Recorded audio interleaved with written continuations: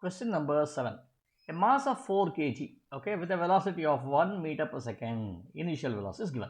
Is acted upon by a net force which varies with distance as shown. Okay, so this is the force. So force initially is 14 Newton, and then you see the force decreases with distance. Okay, it becomes 14, 12, 10, 9, 8, 7, 6, 5.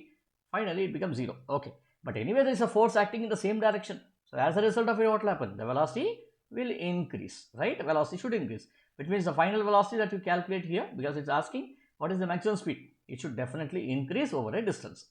Okay, so towards it, we know that, I did not start the timer. Okay, so we know that the work done, whenever there is an Fs graph given here, there is an Fs graph, right?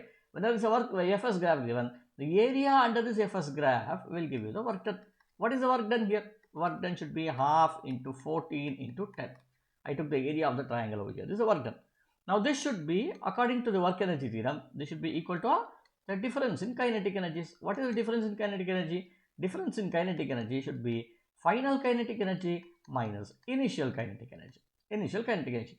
Now let us do this math over here. So what I will do is I'll just put it over here.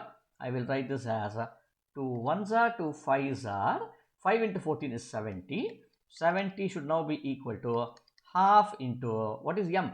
M is 4 kg multiplied by v square. What is v square? I do not know. I need to calculate the final, minus initial. What is initial? Initial is 1 square, 1 over here.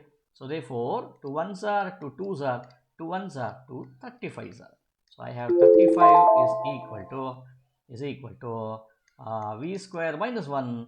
36 is equal to v square. V should be equal to 6 meters per second.